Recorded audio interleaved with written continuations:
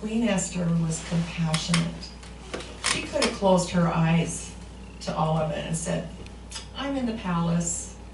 I don't need to worry about that. Too bad for you, but you know what? I'm the queen now.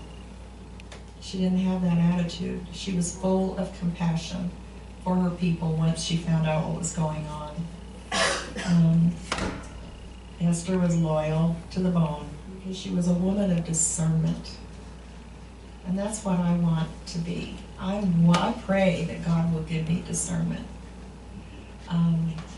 She kept her composure. I love that too. She didn't fly apart.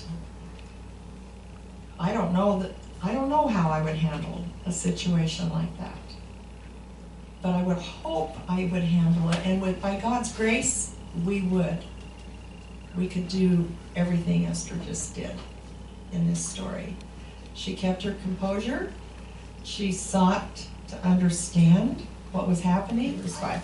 Then Esther summoned Hatak from the king's eunuchs, whom the king had appointed to attend her, and ordered him to go to Mordecai to learn what this was and why it was. Do you remember last week we were reading in, I think it was chapter 3, verse 11. In fact, I think it's up there. Yes, it is. What happened when Haman went to report to the king what was going on? And what did the king say? Do with them. Let's look at verse 11 from the previous chapter. Do with them as you please. And didn't even question it, didn't seek, and we know earlier, from earlier in that chapter, he did. Remember when the two guys were going to assassinate him? Well, they sure did look into that. But then when it came to what the Jews were doing, the king didn't even ask or say, well, let's examine this. Well, Esther is actually showing more discernment and more wisdom than her king husband. Because he just says, oh, go ahead and do with him. It didn't even investigate. She, in verse 5 here, is investigating. She's taking the time and the trouble to look into it. And you know, we're so quick, ladies, to believe something is wrong with, I don't know, maybe it would be one of our kids or a friend, and we're quick to, but sometimes it goes deeper than what we see on the surface. Do you know what I'm saying? Mm-hmm. And so we can just take a step back and say, you know, I don't like this at all. I don't like what's happening here.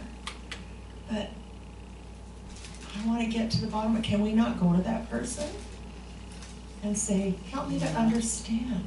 This is what Esther's doing. And honestly, when you do that,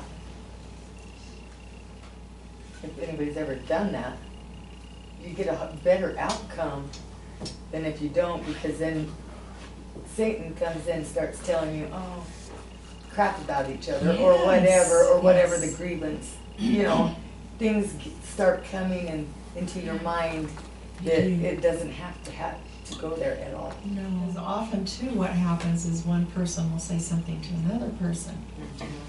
And then that other person, that's happened, I mean, I'm sure it's happened to all of us. And the other person will come to us, and then we've got two people that we feel defensive toward, right?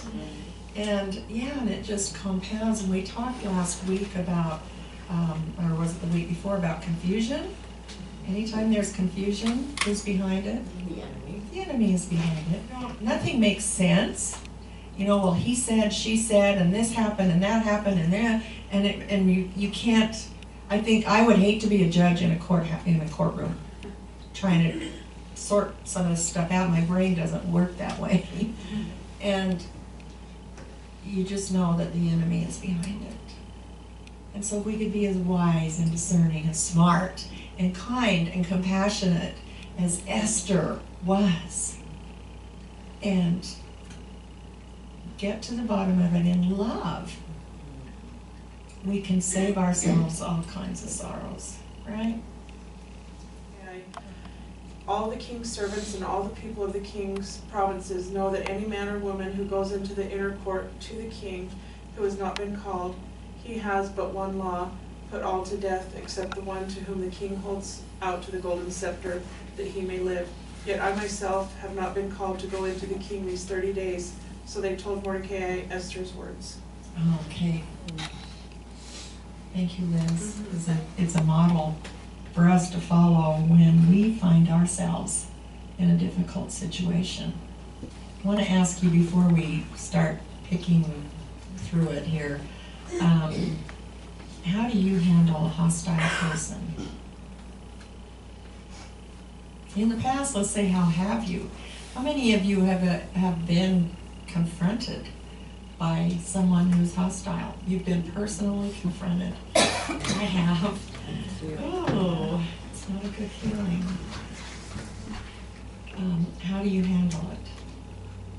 I want you to talk to your same person that you've been talking to. And then this question too, have you ever had to confront someone you care about on a delicate subject?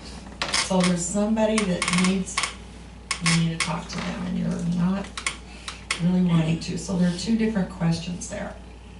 So go ahead and answer both of them with your person that you're talking to. In the past. We're not talking yet. If we're talking past, maybe you didn't do it right.